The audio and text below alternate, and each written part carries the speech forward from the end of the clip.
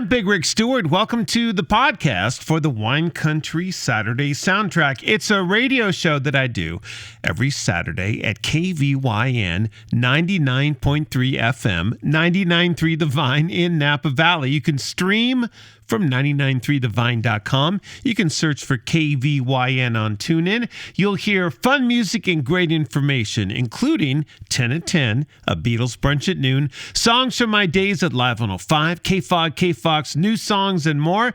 And you'll hear great information like this. It's the Wine Country Saturday Soundtrack. I'm Big Rick Stewart. Technology doing good things for us is a good thing. Technology doing bad things would be a bad thing. In this case, good thing. Headline from Petapixel, this photography drone info website.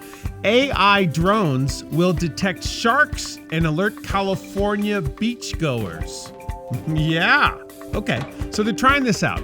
University of California, Santa Barbara, Benioff Ocean Science Laboratory is launching an initiative they are calling this Shark Eye, which will deploy AI-backed drones to detect shark activity and keep swimmers safe in Tahoe Beach in California. They say this is a popular place for surf camps. It also happens to be a nursery for young great white sharks. Oh, gee whiz. Now, haven't they done this before? Haven't they had drones flying over looking for sharks? Yes, but it's kind of hard to detect with the glare of the sun and sharks and swimming in the water and all that stuff. So they haven't had like a big success rate to do this. But now they've got AI technology, which is going to make sure that the thing swimming that's a shadow, that it looks like a shark, maybe probably sort of kind of is a shark. Then what happens? Well, Shark Eye's AI-enabled drones monitor all this stuff, and if it's spotted, it sends a text to 80 people who have signed up for alerts, including local lifeguards, surf shop owners, and the parents of children who take these lessons. Wow. About 60% accuracy without this AI, and so they're hoping to build upon that as well. Of course, somebody has to monitor the video feed and all that and make this happen, but I think this is a good thing. I'm approving this. I'm Big Rick Stewart. I'm not going to go take surf lessons at Tahoe Beach, but you make the call. Maybe not lessons anywhere else. It's the Wine Country Saturday Soundtrack at 99.3 The Vine. It's the Wine Country Saturday Soundtrack. I'm Big Rick Stewart. Hey, we always like to have fun music and great information. I like this story. I read this over at Mashable. Apple at the Worldwide Developer Conference, for all the people that make all the cool stuff for us. That happened in June. They announced this new thing called Apple Intelligence. Okay, kind of like AI, but Apple Intelligence, they call it. This is a headline. I tested Apple Intelligence on my iPhone 15 Pro Max, and here are the ways that it spoiled me rotten. It sounds really cool. How about this? In the Safari browser on your iPhone, you can tap a button. It will basically give you a summation of whatever the article is that you're about to read. It goes on and on and on. You're like, okay, just give me the highlights. Give me like you would say, the cliff notes of this. And you tap a button, and then Safari, the Apple browser on your phone, will say, oh, all right, here's what you really need to know. That's pretty good, right? How about if you're going to write somebody an email and maybe writing something in an informal way? That's not really, you're not the best at that, or maybe making it kind of funny. Your emails come off as too serious. You can highlight the words writing tools, and then you can pick your desired tone. And it will change your email around and the wording and more to make it a little more friendly or a little more business-like or whatever. Oh, that's really cool. Also, how about all those photos you have? Say photos of your dog or whatever. They're all scattered around your phone, right? You can go to your Photos app on your iPhone, coming up with this Apple Intelligence. Type in photos of black dog, and it will group them together for you so you can have a look. It's all very smart and very intelligent. And if you're looking at a really cool article, like maybe this one, you can also say, hey Siri, send this article to Bob St. Laurent. Come on, how cool is that? Looking forward to trying it out. I'm Big Rick Stewart. It's the Wine Country Saturday Soundtrack at 99.3 The Vine.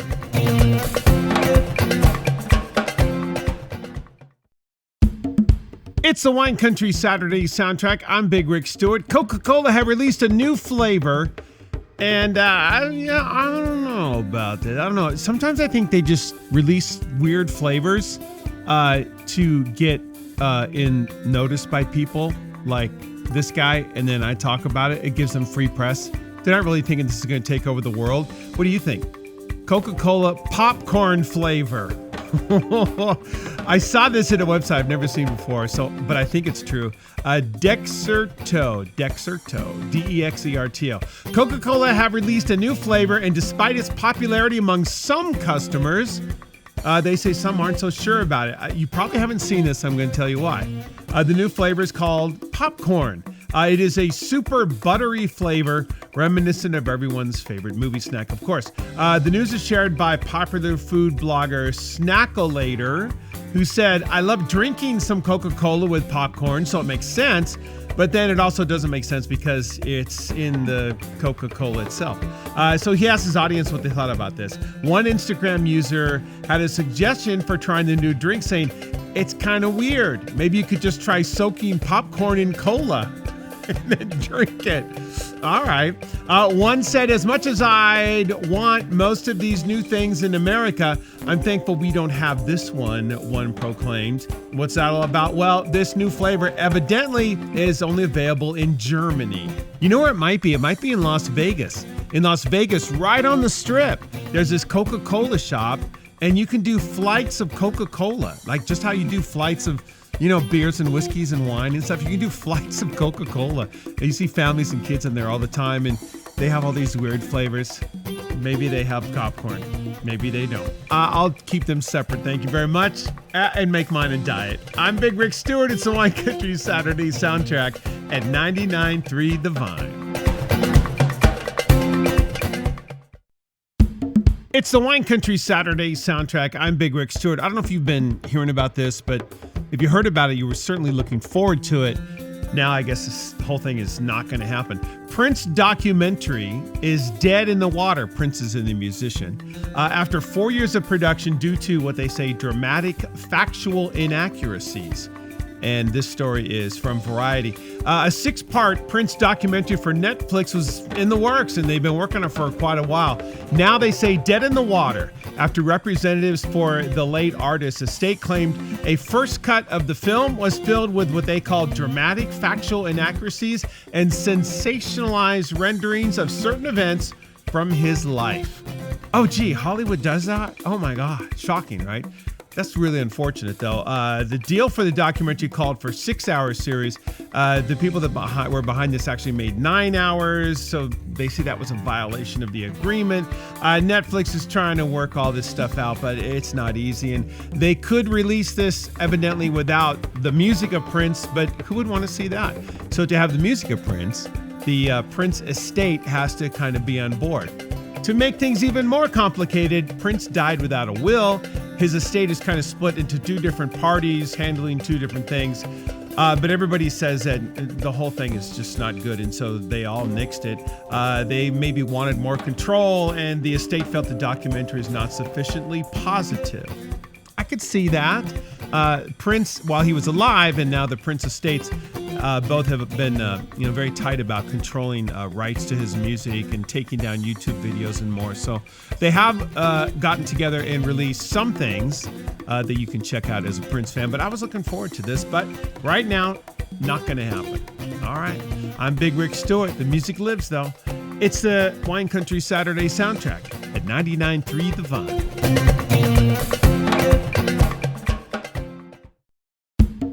It's the Wine Country Saturday soundtrack. I'm Big Rick Stewart. I like to follow the news from Lake Tahoe because I like Lake Tahoe, right? You as well. Everybody likes it up there. I know not so much the traffic jams and putting on chains and stuff like that. But it's a great time to go to Tahoe. Kind of like right now, unless you want to go skiing, of course. Tahoe Daily Tribune says the Lahonta National Fish Hatchery Complex. Don't worry, you don't have to know more than that. Released a bunch of fish recently. These are trout. At Meeks Bay, Lake Forest Boat Ramp, and Sand Harbor State Park. This is just the start of a summer-long stocking plan from the U.S. Fish and Wildlife Service. Stocking will continue throughout this summer, releasing around 100,000 at various publicly accessible Tahoe locations in California and Nevada. Now, this is a really interesting story. It's got a lot of history to it. Despite having brown trout, rainbow, and brook trout, the Lahontan cutthroat trout is actually Lake Tahoe's only native trout species. It's also the largest. It is huge. It can grow up to be 4 feet long and 40 pounds. You're going to need a bigger net, maybe a bigger boat. All right, so what's the story behind all this? Well, the fish actually, people kind of thought it had gone away. The big place for this is Pyramid Lake in Nevada, which is kind of close to Reno. And they're huge out there, but they were gone for a very long time. They actually found this species of trout, it's very specific, in like this guy's pond, kind of in the middle of nowhere. And they were able to kind of rehab this and reintroduce it into streams and places.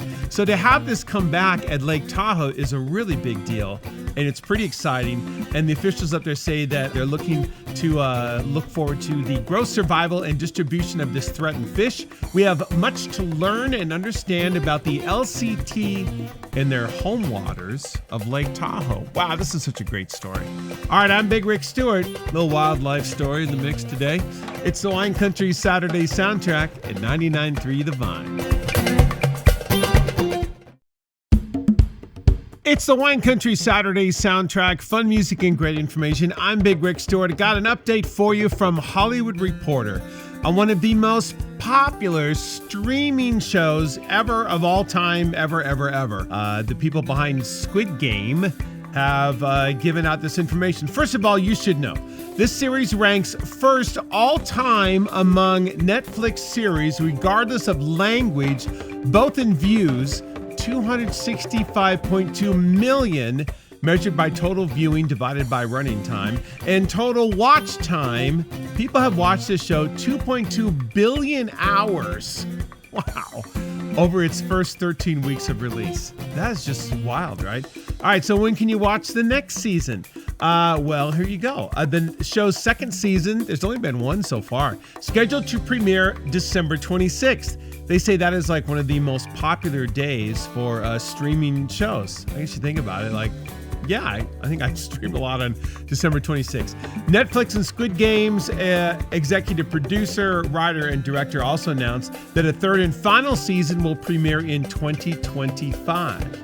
All right, so, open your Christmas presents, do the thing, crazy, clean up the house, and then just, lay on the couch and watch Squid Game. This is not my favorite show. I want to just say this. And if it's yours, that's fine. I mean, you do you, that's all cool. I never want to, try to make you think the way I think. We don't need that in life. It's like way too violent. I don't know if you should let kids watch it. But again, like, you do you. It is like crazy. I really wasn't paying attention, and it was on where I was, and then I look up and people just get like machine gunned, and I'm like, no, this is not my thing. I'm more of a Dragon Ball Z guy these days lately. I'm kind of retroing back. Season 2 for Squid Games is coming to Netflix. I'm Big Rick Stewart. It's the Wine Country Saturday soundtrack at 99.3 The Vine. That's some of the great information you can hear on my Wine Country Saturday soundtrack. I'm Big Rick Stewart.